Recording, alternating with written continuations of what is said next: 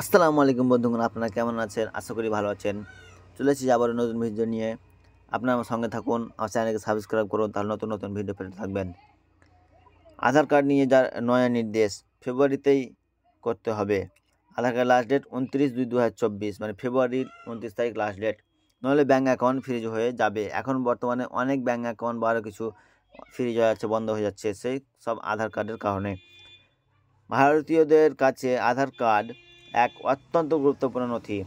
পড়াশোনা, চাকরি, bank account খোলা, যে কোনো সরকারি প্রকল্পের সব ক্ষেত্রে দরকার লাগে এটি আধার কার্ড। কিন্তু এখনও কিছু মানুষ রয়েছেন যাদের আধার কার্ড নেই। আবার এমনও অনেককে দেখা যাবে যাদের আধার কার্ডে কোনো তথ্যে ভুল আছে, যেমন কারোর নাম, আবার কারোর ঠিকানা বা অন্য কিছু, যেমন বাবার নাম, বয়স।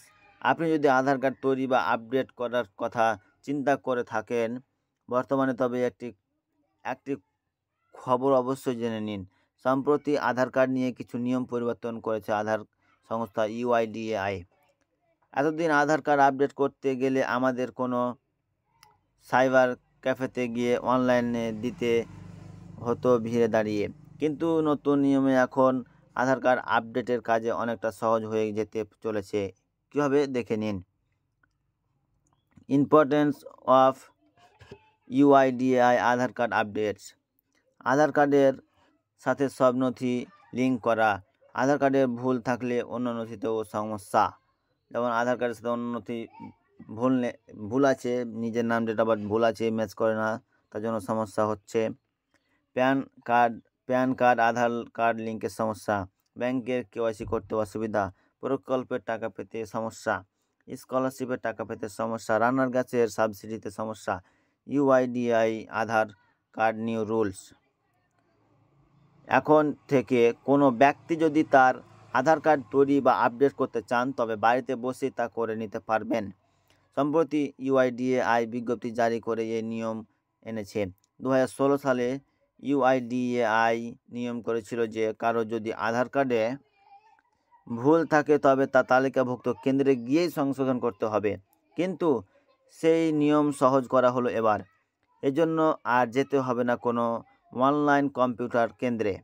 তবে এই সুবিধা কেবল তখনই পাওয়া যাবে যদি ব্যক্তির ঠিকানা সংক্রান্ত তথ্য আপডেট করতে হয়।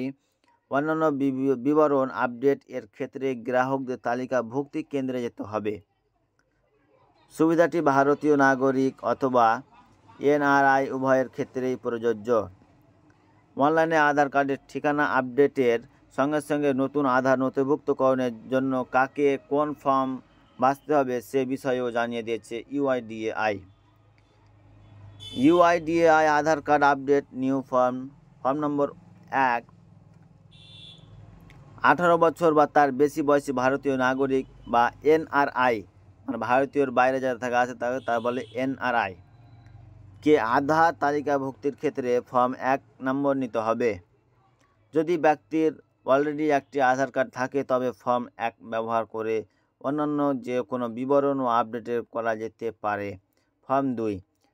যে সব এনআরআই ব্যক্তির এদেশ ব্যতীত অন্য কোনো দেশের ঠিকানার প্রমাণ আছে তাদের আধার নথিভুক্তকরণের ও আপডেটের ক্ষেত্রে ফর্ম 2 নিতে হবে। ফর্ম 3। ভারতীয় বাসিন্দা তথা এনআরআই যাদের বয়স 5 বছরের বেশি কিন্তু 18 বছরের কম, 5 থেকে 18 বছরের মধ্যে, তাদের আধার এনরোলমেন্ট বা আপডেট করতে ফর্ম নিতে হবে। ফর্ম 4। 5 বছরের উপরে কিন্তু 18 বছরের নিচে বয়সের নাবালক এনআরআই যাদের ভারতের বদলে বাইরের কোনো দেশের ঠিকানা আছে তাদের আধার কার্ড তালিকাভুক্তি বা আপডেটের জন্য ফর্ম 4 ব্যবহার করতে হবে। আধার কার্ড আপডেট করতে গিয়ে কি কি ডকুমেন্টস লাগবে? আধার কার্ড আপডেট করতে গেলে ভোটার কার্ড, জন্ম certificate, pan card, driving licence, জন্ম সার্টিফিকেট না থাকলে মাধ্যমিক সার্টিফিকেট প্রভৃতি লাগে। আধার কার্ড আপডেট কীভাবে ডাউনলোড করব? আধার কার্ড আপডেটের কয়েকদিন পর যদি আপনার মোবাইলে মেসেজ আসে তবে ইউআইডিআই এর অফিসিয়াল ওয়েবসাইটে লগ ইন করে আপডেট স্ট্যাটাস চেক করুন এবং আধার আপডেট সম্পন্ন হলে ডাউনলোড করে নিন। এই ছিল আজকের ভিডিও। সম্পূর্ণ ভিডিও দেখার জন্য আপনাকে অসংখ্য ধন্যবাদ।